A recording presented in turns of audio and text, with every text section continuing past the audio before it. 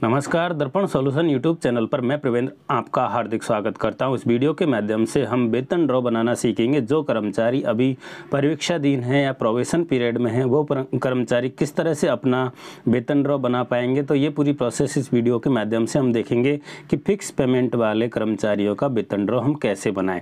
आपने पिछले वेतन ड्रॉ में देखा कि जो नॉर्मल कर्मचारी फिक्स हो चुका है उसको सभी लाभ दे हैं, उनके वेतन ड्रॉ बनाना आपने हमारे पिछले वीडियो में देखा। अगर आपने वीडियो देखा है तो पहले से उपलब्ध है, उस वीडियो को आप देख सकते हैं। अगर आप फिक्स कर्मचारी नहीं हैं, आप पहले से कंप्लीट प्रोबेशन कर चुके हैं, तो आपके लिए अलग से वीडियो उपलब्ध है। ये वीडियो सिर्फ उन कर्मचारियों के लिए है जो प्रोबेशन पीरियड में हैं। तो प्रोबेशन में रहते हुए आप किस तरह से अपना वेतन ड्रॉ बनाएंगे, तो यहाँ पर आप सीपी कुर्मी सर का एक्सेल सॉफ्टवेयर डाउनलोड कर लें। सीपी कुर्मी एक्सेल वेतन ड्रॉ आप इस तरह से सर्च करेंगे, आपको कई वेबसाइट मिलेंगी। यहाँ से आप अपना जो एक्सेल शीट है वो डाउनलोड कर पाएंगे। तो आप यहाँ से अपनी एक्सेल शीट डाउनलोड कर लें। डाउनलोड करने के बाद में यहाँ पर आपको दिखाई देगा income tax calculator excel software, इसको आप डाउनलोड कर लें। और डाउनलोड करने के बाद में इस एक्सेल शीट पर हम काम करेंगे। तो इस तरह से आप यहाँ पर देख लें, निर्देश आप पढ़ लें। और निर्देशों में ये साफ साफ लिखा हुआ है कि अगर आप एक से अधिक कर्मचारियों के लिए बना रहे हैं तो पहले से ही उसकी नाम वाइज कॉपी करके रख लें। यहाँ पर हम रीनेम कर रहे हैं क्योंकि हम एक ही एक्सेल का प्रोग्राम आपको बनाएंगे। आप पहले इसकी कॉपी कर लें और उसके बाद आप इसको रीनेम कर लें।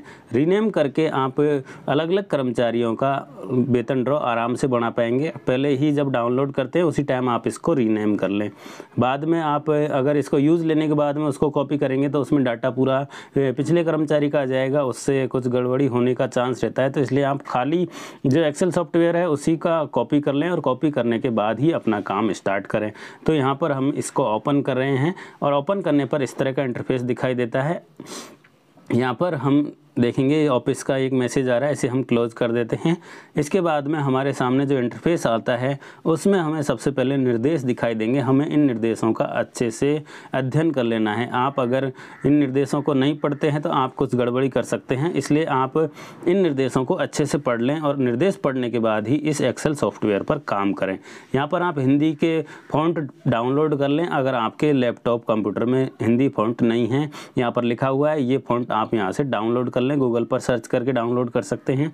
और यहाँ पर सबसे फर्स्ट जो काम है वो इनेबल एडिटिंग पर जाकर हमें क्लिक करना है। हमारा सॉफ्टवेयर इनेबल हो गया है एडिटिंग के लिए। इस तरह से यहाँ पर हमने इनेबल कर लिया है। ये सारे निर्देश आप अच्छे से पढ़ लें। इन निर्देशों को पढ़ने के बाद आप अगली प्रोसेस करें। अगर आप दो स्कूलों में या दो अलग अलग डीडीओ के अंदर रह के आए हैं तो आप अलग अलग बनाएं, उसके लिए भी निर्देश यहाँ पर दिए गए हैं। तो सबसे पहले आप अपने कार्यालय का नाम यहाँ पर लिख दें, अपने कार्यालय का नाम लिखें और कोष्टक में अपने ज़िले का नाम आप लिख दें। तो इस तरह से आपको कार्यालय का नाम कंप्लीट कर लेना है। ये मास्टर डाटा है, इसमें हमारा रिकॉर्ड सही भरा जाना चाहिए। अगर आप पैन नंबर भर रहे हैं तब भी आप अपना पैन नंबर अच्छे से चेक करके भरें, गलती नहीं करें। अपना कार्यालय का टैन नंबर आपको GA 55 में मिल जाएगा। इसी तरह से डीडीओ का नाम भर लें। डीडीओ के नाम भरने के बाद में आपको जो नीचे ऑप्शन दिखाई देगा कार्मिक का नाम, आप इस तरह से देख लें। यहाँ पर सबसे पहले हमें भरना है टैन नंबर, टैन नंबर के बाद डीडीओ का नाम, डीडीओ के नाम के बाद में कार्मिक का खुद का नाम भरना है।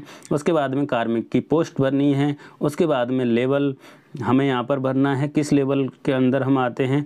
और उसके बाद में हमारा जो कैडर है वो कैडर हमें सेलेक्ट करना है। यहाँ पर हम टीचर के लिए भर के बता रहे हैं आपको एक एग्जाम्पल, तो हम यहाँ पर भर लेते हैं। L10 होता है टीचर का, तो हम यहाँ L10 सेलेक्ट कर लेते हैं। स्टेट सर्विस में नहीं होता है, ये होगा हमारे यहाँ पर सबऑर्डिनेट, तो हम यहाँ पर सबऑर्डिनेट सेलेक्ट कर लेते हैं। इस तरह से आप भी अपनी डिटेल सेलेक्ट कर लें।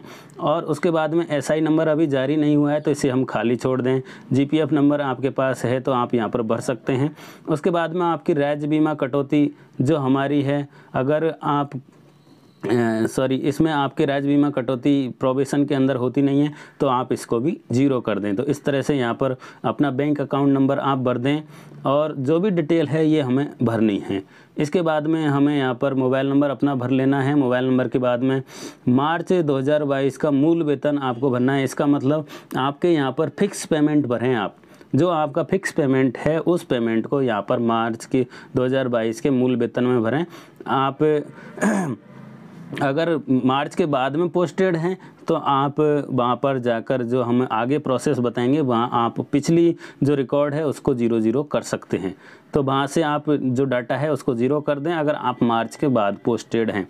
जैसे आपकी पोस्टिंग मई या जून में हुई है तो आप मार्च 22 की जो है उसमें 0 कर दें, अप्रैल 22 में 0 कर दें, मई में 0 कर दें, जुलाई में अगर आपको पेमेंट मिला है तो आप जुलाई से भरना चालू करेंगे। तो इस तरह से आप HRA को यहाँ नॉट एप्लीकेबल कर देंगे, NPS एम्प्लॉय में नो कर देंगे, बोनस आपको नहीं मिला इसलिए आप यहाँ पर नो कर देंगे।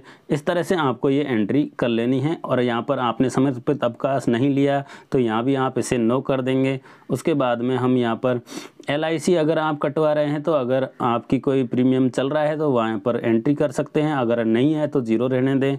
उसके बाद में अगर आपका PD हेड से पेमेंट उठता है तो यस करें, नहीं है तो नो करके इसे आगे बढ़ाना है। तो इस तरह से हम सारी प्रोसेस कर चुके हैं। और अगला जो हमारा आया है अदर डिडक्शन, इस डिडक्शन में अगर आपने कोई, जैसे आपने PPF में अकाउंट खुलवा रखा है और उसमें आप पैसा जमा कराते हैं, PLI आप जमा कराते हैं तो उसकी एंट्री यहाँ पर कर दें। अगर आप होम लोन या कोई और तरह का यहाँ पर एंट्री है तो उसे आप यहाँ पर कर दें। और उसके बाद में यहाँ पर सुकन्या समृद्धि वगैरह आपने करवा रखी है तो उसकी एंट्री अदर डिडक्शन में आप कर सकते हैं। अब हम चलते हैं GA 55 में। यहाँ पर आपको मार्च 22 से बेसिक पे आपका, जैसे हमने 23,700 भरा है तो यहाँ पर मार्च 22 में अगर मिला है तो आप वहाँ पर भरा रहने दें, अगर नहीं मिला है तो आप यहाँ से डिलीट भी कर सकते हैं। और हमें यहाँ पर जो जुलाई में ये ऑटोमेटिक बढ़ गया है उसे वापस से 23,700 ही कर देना है। एक एग्जांपल लिया है तो हमारे यहाँ पर स्टार्टिंग से लास्ट तक एक जैसा ही अमाउंट रहेगा। बेसिक अगर आप यहाँ पर देखें, बेसिक पे में अगर आपने मार्च में जो पेमेंट नहीं उठाया है तो आप अपना GA 55 देखें और उसमें जिस महीने से आपका पेमेंट मिला है उस महीने से आप एंट्री करना चालू करें। मैंने यहाँ पर DA HRA क्लियर कर दिया है और भी जो डिटेल है वो यहाँ पर अगर हम पर लागू नहीं होती है तो हम उसे यहाँ से क्लियर कर देंगे। हमारा बेसिक ग्रॉस पे सैलरी यहाँ पर 23,700 ही हो गया है। अगर GPF में हमारी कटौती है और अगर इसमें जो अमाउंट दे रखा है उससे डिफरेंट है तो हम यहाँ पर उसे एडिट भी कर सकते हैं। अगर किसी महीने का हटाना है तो वहाँ से हम इसको डिलीट भी कर सकते हैं, 0 सेलेक्ट करके 0 कर दें तो वहाँ से ये डाटा हट जाएगा। इसके बाद में हम सीधे आते हैं RGHS में। RGHS की आपकी जितनी कटौती हो रही है वो यहाँ से आप एंट्री कर लें। और उसके बाद में अगली जो स्टेप यहाँ पर दिखाई दे रही है इनकम टैक्स, अगर आपके इनकम टैक्स कटता है तो आप यहाँ पर एंट्री करें, नहीं कटा हुआ है तो आप यहाँ पर इसे डिलीट कर सकते हैं।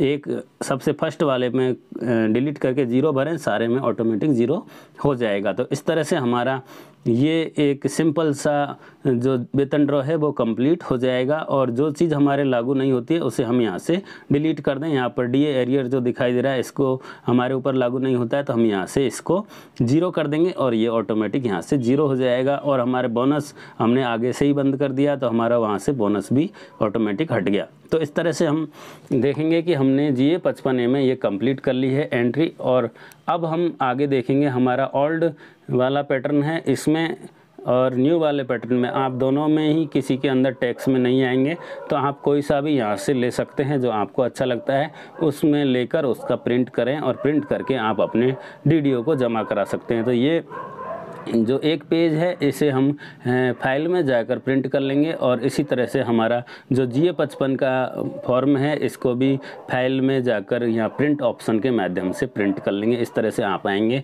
और यहाँ प्रिंट ऑप्शन मिलेगा और आप इसे प्रिंट कर लेंगे। अगर आप कंप्यूटर पर काम कर रहे हैं तो ये हमारा जो है इसे आप PDF में भी सेव कर सकते हैं। यहाँ पर अगर आपके ऐसा सॉफ्टवेयर है जिसमें ये PDF में कन्वर्ट होता है तो आप इसे PDF में कन्वर्ट भी कर अपने पास सुरक्षित रख सकते हैं। तो ये GA 55A हमने यहाँ से प्रिंट कर लिया क्योंकि मैंने यहाँ पर मार्च से लेकर लास्ट तक बताया है। आप इसमें अपनी एंट्री बेसिक में जिस महीने की आपको नहीं मिला है पेमेंट वहाँ से आप उसका बेसिक पे हटा सकते हैं जिससे कि आपको वहाँ पर लास्ट में 0 पेमेंट दिखाई दे जाएगा। तो इस तरह से आप GA 55 और जो हमारा दूसरा पार्ट है इनको आगे पीछे प्रिंट कर लें। एक पेज पर पहले प्रिंट कर लें फिर वापस पन्ना चेंज करके इसे वापस से प्रिंट कर लें। इस तरह से हमारा ये वेतन ड्रॉ बन जाएगा और इस वेतन ड्रॉ का आप प्रिंट 3 कॉपी में अपने DDO को जमा करा दें। तो यहाँ पर आपको जो ज़रूरी चीज़ यहाँ पर पड़ेगी वो आपका एक तो बैंक अकाउंट नंबर, आपका पैन कार्ड नंबर, आपका